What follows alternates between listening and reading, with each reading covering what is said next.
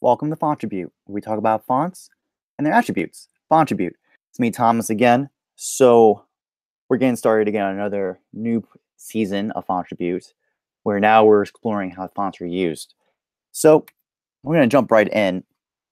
I found a site called Collaborative Fund, and it's exploring a serif and a sans serif. And I actually think there's some really interesting applications on how websites are laid out and how fonts play a role in it. So we can get started with that. So I'll show you both views, the mobile and the desktop experience. So I thought what was interesting about this in general is how illustration was used, especially on this index page. I'll explain in a minute. But also the general layout decisions in the first couple of sections of content. So I'm just going to first just an overview, and then we'll go into particulars of layout. So the first thing you'll notice you have these illustrations. I'll draw an icon for you to see what I'm talking about. So this guy right here. Notice in the mobile experience, it's you can see the full artwork when you first go to the page. While when we get to the desktop experience, at least on my computer, not so much. It seems cropped, but more particularly, what you see from the small illustration, you see that there's this line that continues off the page. Now, if I keep scrolling down, you'll notice that this artwork basically continues with a line coming off the page and then moves down the page. What you're seeing here is just me doing multiple screenshots to show what happens when you scroll down. Likewise, if I follow up with the mobile experience, we're seeing a similar relationship. So this illustration seems to continue fluidly from one screen to the next, as we see here, covering the different pieces of content being discussed. Sometimes it will go off the page completely, laterally, or it'll come off the page or vertically up through, as you see here. Right to the bottom. I also notice that there's been a color change and gradient going on across the artwork. So there's a sense of transition as you're moving through the page. Not represented in these screenshots is illustration elements are animated as you scroll through. You'll have to go to the website itself to see that. But the main note to see is in the mobile experience, things tend to be, the illustrations are not as overwhelming of the layout. Overall, they've been condensed into a much smaller component of the entire composition. Right here is the main text. Here's the illustration below. Let's contrast that to its desktop experience. Notice it's so overwhelming that at certain parts you just see a pure illustration taking the whole page versus the text below, which makes sense on some levels because we've seen from the previous episode that generally in the desktop experience there's a more dramatic episode or dramatic composition of hierarchy proportions. We were seeing that the mobile experience doesn't seem to have or emphasize on. All right, so I wanted to kind of make that first note. Generally, these are both very scroll heavy, and you're scrolling through a lot, and it certainly slows down the pace, I would say. Like when you're reading through it, you're scrolling pretty quickly. You can do so, but it's a trend we'll see in the other compositions. But let's get back to the type, why we're here in the first place. So here's what we can say in general. One is that they're pretty parallel to each other with some exceptions. One is, notice the decision of a menu has been called as a call out versus listed out completely. In the desktop experience, both have a logo for the Collaborative Fund on the left side. Both are using a centered main text with a call to action below, treated in the same typographic format. It's capitalized in the sans serif, Adele Sans, that is used across this project, and the body copy, or in this case, looks like a subhead at this point, is Georgia, which surprised me, by the way. I was actually a little surprised when I saw Georgia was being used with a sans serif, because Georgia is one of those system fonts we can grab anywhere. And it's actually, I think, interesting when a project chooses to use a general font we're used to seeing a lot of times. So both are centered, and they appear to be roughly the same font size and same leading relationships. They seem to pull through the same. Obviously, I think as the screen got smaller, this two lines of copy became 3 lines. They both feel relatively comfortable in terms of their measure, which is the length of the character length on the line. Not too long, not too short. I think it's within tolerance on both sides. So I think that's all adequate. Uh, I know a member who commented last week. Thank you for that. I believe his name was Brian. Uh, Made a request for the font size relationships. I did some quick testing. Uh, I know this is 21, and I know as you can see, this header down here is 63 point. So it appears to be a 1-to-3 ratio at this point, right? So this is 21. This is 63. So that's basically a 1-to-3 relationship between the two parts. We can say that. Also, along the way, we can point out different weights. This looks to be about a medium or a regular weight in the navigation. This appears to be a bold in the cities below. Also, we can, let's see, continuing on the investigation, and I want to say for these little details. If you notice the spacing right here versus the spacing here, this appears to be a larger element. I wonder if I can move you to demonstrate the point.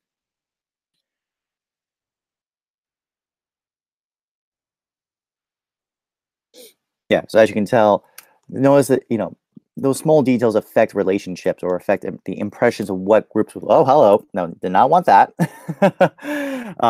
Groups with other things.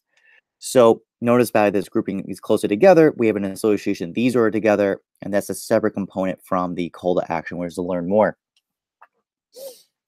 So continuing through, while on the top, I did believe this was I think it was a reasonably good measure. I would say I'm a little concerned about the font size here and the relationship to the measure, this length. I think they appear to be roughly equal in length. No, this is slightly larger of a measure, this body text below. However, it's coming off a little too long, and it's causing, from my perspective, a slight uncomfortability with this finishing line versus this length of line over here. I find the mobile experience a little bit better in this relationship, mainly because I like the last lines more towards the middle, right? It doesn't have this sense of like long string and then a little bit at the end. That seems unbalanced to me from a typographic layout perspective.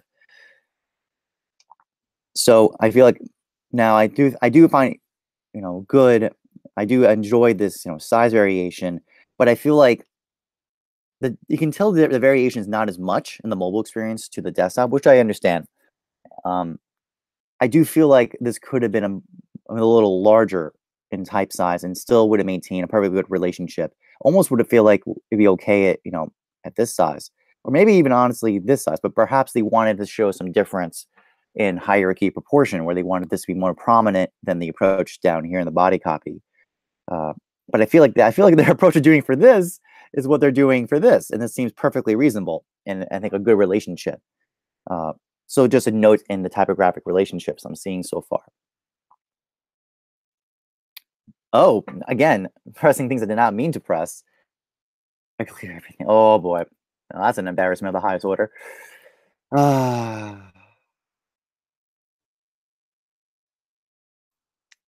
Fun times. Can I undo? Why did that happen? No. This is a disaster. Wait a minute.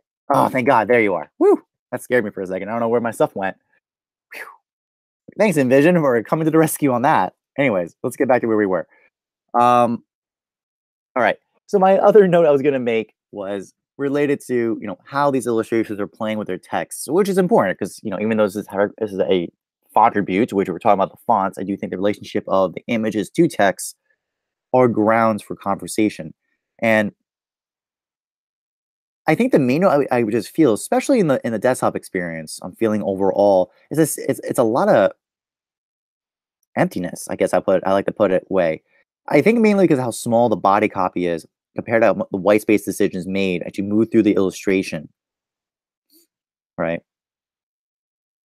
It's just something about it doesn't seem comfortable. It's almost like you're in a room and the furniture is like too big of a room for the furniture and people in it. So imagine you have a room that's like, gigantic, like an absolutely gigantic space, and you have like two people in this space. There's a odd discomfort that comes from that when not appropriate. There's a tension and feeling about that that's can be used intentionally and very powerfully for visual image telling. But I feel like this is trying to tell a story in a conversation, and I don't think that's happening right now. So it doesn't seem like it's going to work. It's working out so effectively in this relationship. And again, as I'm scrolling through, I'm seeing that the text settings again with this body copy are not working out so well. So I think this could be done better. So uh, working through all this, I would say, I think this body copy could have been resolved better. I do enjoy the illustrations. I think they're fun. It's a fun integration, but I just think its relationship to its body copy and the text headers, particularly, uh, are not the right priority or emphasis. So moving down to the bottom, we have appears to be roughly this. I think it's a smaller type size relationship. I didn't have a chance to check this out to verify, but they have it basically footer on the bottom with a hierarchy priority of the navigation, and then a grayed out text, social media connection, a contact us, and a site credit. So there's a hierarchy proportion here decided by color, by the grayscale decisions versus other things, other type size relationships, because they appear to be about the same type size. So moving on to the other section, I want to scroll. Basically, the big note on the about section is be prepared for a lot of scrolling. That's the main note, I would say.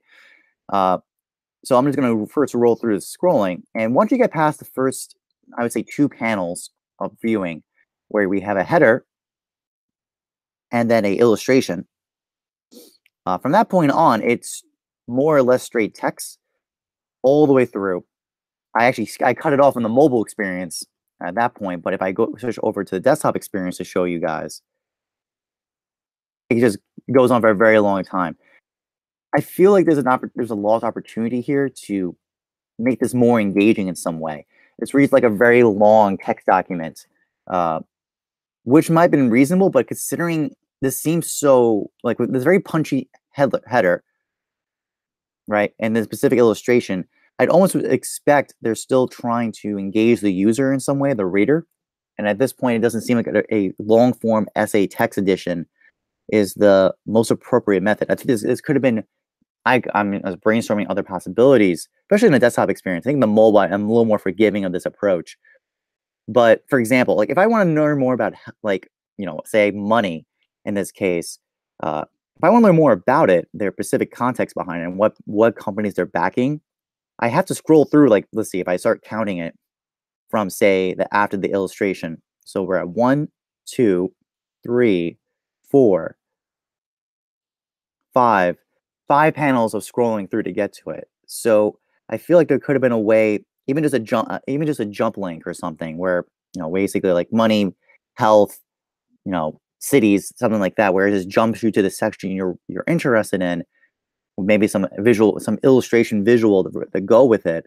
Could have made it more interesting and more compelling to want to get involved with it. Likewise with the decision on the text hierarchy relationships.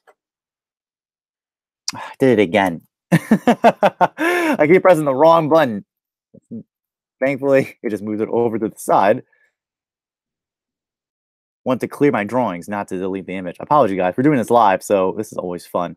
Okay. Another section we'll talk about in a second. But as I was saying, say I go to a section like cities. Take notice the only real hierarchy decision here is bolding of the text. So increase in size and spacing or positioning. So there's not cities over here, for example, and centered, or larger size besides the weight. And it also seems like, considering the fact that collaborative fund investments, that this was bolded, right? It's Lyft and Tarsica Connects seem to be particularly of interest to them. I would almost suspect they would want to have cities, like say cities a little more prominently, and then the collaborative fund investment below, just so people go, oh, they're investing in these companies. Well, let me learn more about this and what your plans are for this. So it seems, again, underwhelming in terms of a user engagement perspective. And also some hierarchy concerns, because it seems like, what are you trying to say with this text? Are you trying to inform me of what's interesting about this particular aspect of investment and what companies you're working with? or something else in particular. So, and this continues, et cetera, in the other sections. So those are my main observations, I would say. And also just the, again, because of the body copy size relationship to the everything else, this measure is okay, I guess. It's just, again, that relationship of these spaces to the word space, like kind of these line spaces between, especially when it's one liners like this, like I think it's okay to have this much spacing when you have a run of text that's like this, for example. I don't mind that. Do this right. Cool. Uh, I think we get into problems when it's like this. It just feels incredibly empty, and it doesn't really feel like it owns its space comfortably. I'm trying to see if I screen captured it here. Yeah, so again, when it's on multiple lines, I don't mind this very large space between the paragraphs. I don't mind it as much. There are some Widows issues here and there. So there's some tensions in this measure with the type size. But it's particularly when it becomes one-liners in the desktop experience where this feels not as effective. So I think a reconsideration, even if when, or even as again, these seem to be like more graphical, interesting things. It's almost like you could have cities over here, and you break it down to sections where it's like notable new companies and then collaborative investment funds, or whatever one's more higher priority. I think collaborative funds are probably more important. So I'd put that larger in size, and then you have the notable new companies below. I think this will probably meant to give a context of the industry, and these are the funds that this collaborative fund is particularly supporting, per se. I think, again, that could have been a really interesting visual cue that's of secondary nature and hierarchy to what they were doing in this illustration, and particularly in the header, which is very graphic and very supposed to be very impactful, right? For the use of periods and line breaks, and this large font size and the bold weight, which appears to be, I think, in similar sizing to what we saw on the index page. There are some issues with this decision. It looks like they kept it the same type size in the mobile experience, which causes unfortunate break. I think it could have been okay to, there could have been a bunch of variations. They want to go really fancy with it. I'm not sure if Adele Sans has a narrow weight, maybe a narrow edition, so they deal with the smaller measure, a drop in font size just to make it fit better. That's slightly unfortunate how the line break occurred in that mobile experience, and it could have been ideally improved.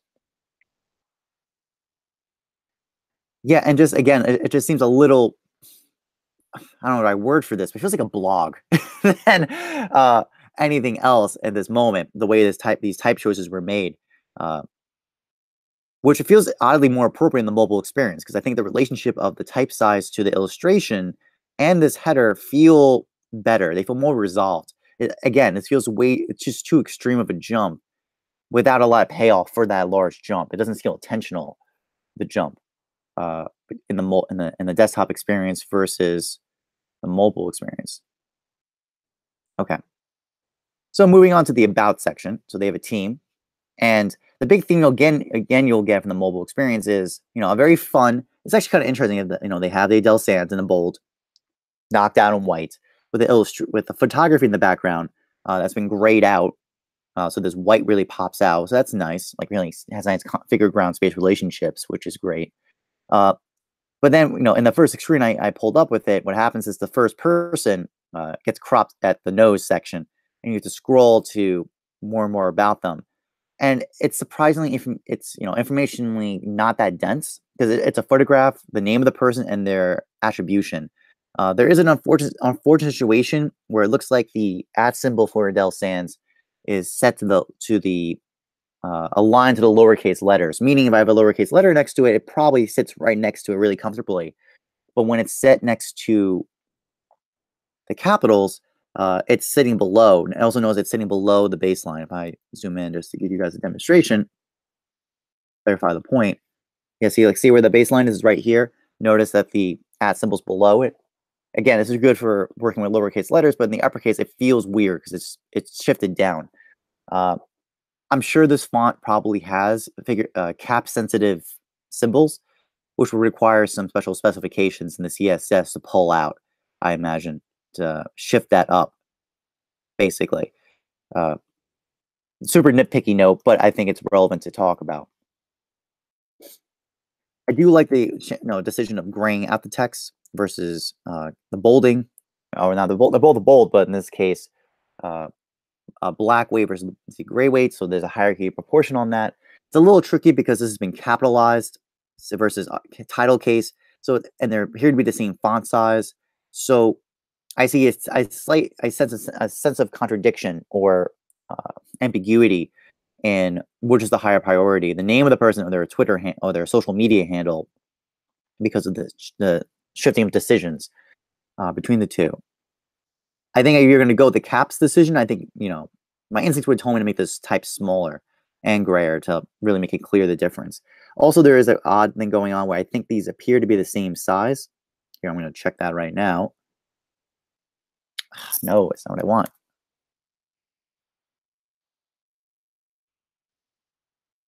Yeah, they appear to be visually about the same size. So what ends up happening is my eyes, it's kind of confused about what is the hierarchy. Like, if are these meant to be grouped together, which are then meant to be grouped with the photograph, or some other relationship? It's a little, I think the desktop experience makes it more pressing the case, the matter of the issue about that.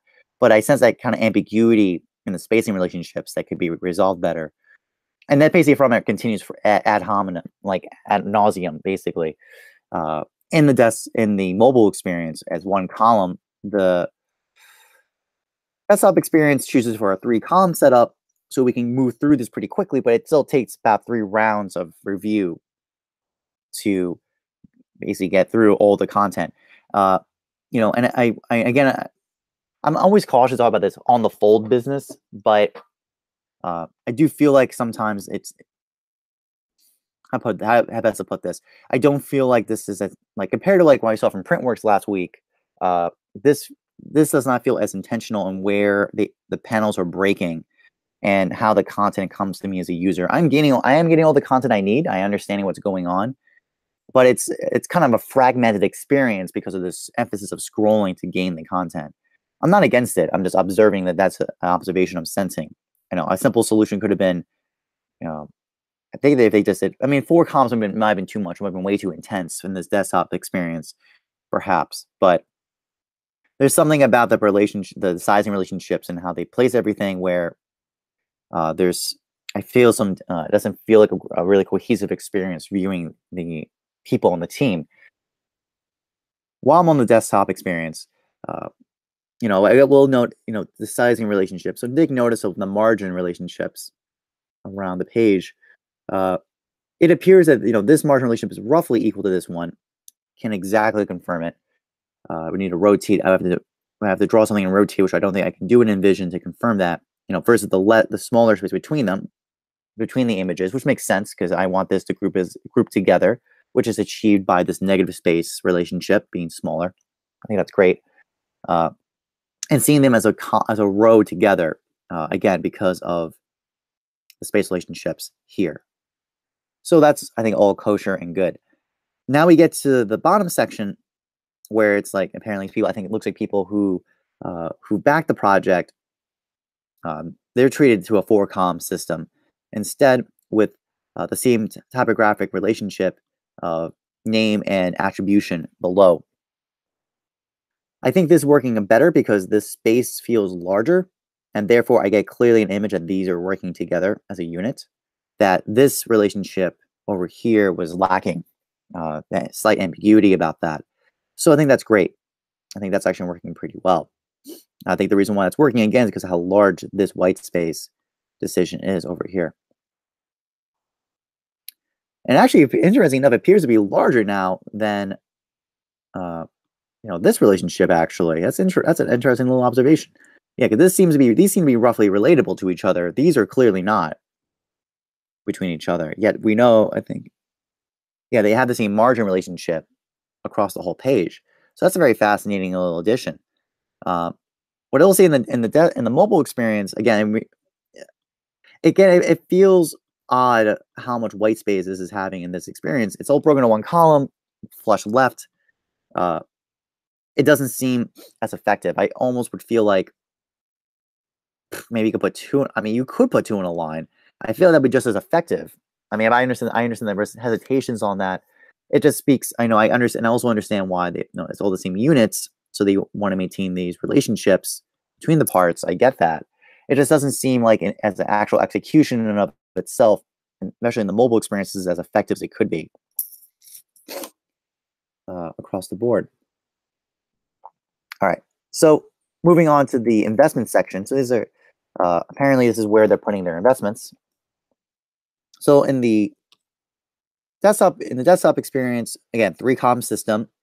And I think this is working pretty well, right? It's just a bunch of images put together in a column grid.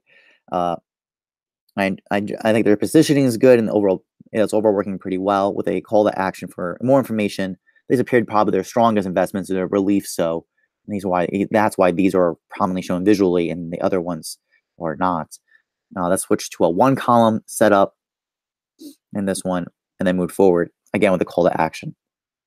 So the typographic relationships, that one are kind of sparse. However, we do see again this kind of appears to be the illustration we saw on the index page, now done with a flat color background, knocked out in a light purple, with the text prominently in white, knocked out. So we can see apparently after, in some cases all of them have his headers, or 3 of them did. There's no the header system is not the same in the index versus the other ones, and they sometimes opt for the text settings without any image background in it, and the other, it looks like secondary content page panels, they choose to include it. And it appears the aspect ratios, appear to be like a 3:4 in the mobile experience versus it looks like a 16:9 or narrower, or it looks even narrower relationship in the desktop experience. And what's interesting too is in the mobile experience, you can see they cropped the image. The image crop appears to be pretty. It's kind of like, if I imagine it's kind of similar to this, if I could crop it more or less. But it's also doing that vertically as well. If you notice that this illustration has the biker, the line below, that's omitted in the desktop experience. So it appears to be there's a little bit of intention of how the aspect ratio was moved from the mobile experience to the desktop experience from this point. It works, it's prominent, and I think it's a nice play with the kind of straightforward black and white graphics of the logos. But it feels like this is a little bit of unresolvedness in that decision of how to work the illustration into this system. And then moves on to the projects page. So this appears to be like a proper blog. And I think the part that's a little surprising is, let's put it this way. I feel like this is more resolved because this is actually a blog and it speaks like a blog. And I feel like in some cases it actually solves some of the problems I commented in the previous section. So for example, like it's centered in the larger text for projects versus the left alignment and the smaller text setting for Kid Tech in this case. As a nice secondary information with Colab and Sesame, and the body copy. Again, this feels like a blog, probably because it's Georgia, so it has very default feelings, and it's continuous text. So I think this measure and length works relatively well, and the space between it with the launch website makes sense. So, and it has again, looks like a graphic of a 16:9 relationship or something related to it, a very long and narrow rectangle. Which I think works very well in the desktop experience. Not as successful in the mobile experience. It just doesn't feel very substantive. Mainly because again, your ratio is just it feels very different of a relationship. That this canvas versus this canvas. So I'm always apathetic to that challenge. Mainly because I do like this shape. I feel the negative space relationship. I feel like this size is a really good size and works really well in the mobile experience. I'm actually okay with it in this case. I just feel it feels way more substantial and just kind of owns the space in a way that the other pages, particularly, I think this index page, like it's surprisingly underwhelming. The first thing you see is that setup. Not saying it would have to be this size and this relationship, but just the overall impression it feels unresolved in some case. Okay. So the question, the typeface being used, I said, was Georgia and Adele Sans. So I think the big news is Georgia's, is a very robust, what is called toothy, right? It has a very low contrast. The serifs are very prominent. They have a pretty significant length in the serifs. Its contrast is relatively low. It has contrast, right? You can tell very clearly, but it's much more than it's like a typeface that does really well at smaller sizes. It speaks better to that relationship. It's of the transitional model, we can say, because of how the serifs are handled. It has and it generally has a more vertical orientation of stress where the weight positions go, which means it works actually pretty well with sans serifs. These actually work pretty well together because of those relationships. It's more streamlined. It has a more logic behind it and more systematized and relationship. It's versus being very calligraphic and very willy-nilly, to say the least. Like, if you're so inclined, check out an old style like a Garamond and compare that to this, and you would see this is much more systematized. Also, things like, for example, it's ascender to X-height relationship is more in line in step to what was going on in the sans serif design. Not as much. These have larger ascenders, appear to have larger ascenders than I'm seeing in the sans serif Adele Sans, but it's more working towards each other. And let's see, I can point out some other things for you guys for this. In general, we were not seeing the caps of Georgia very much. Besides, it's just uppercase letters. It was predominantly its lowercase relationships and continuous text we were seeing applied across the design. Adele Sans, we saw a more varied case. We saw in some cases where the caps were being used in navigation in like smaller settings in gray bold text. But generally, we're in the uppercase, lowercase form. Notice again the economy of space. Notice the descender relationships are really economical, even more so than Georgia does. So it appears that Adele Sans was being used for its its very economy of space purposes. And let's see, I can point out some other things that relate to.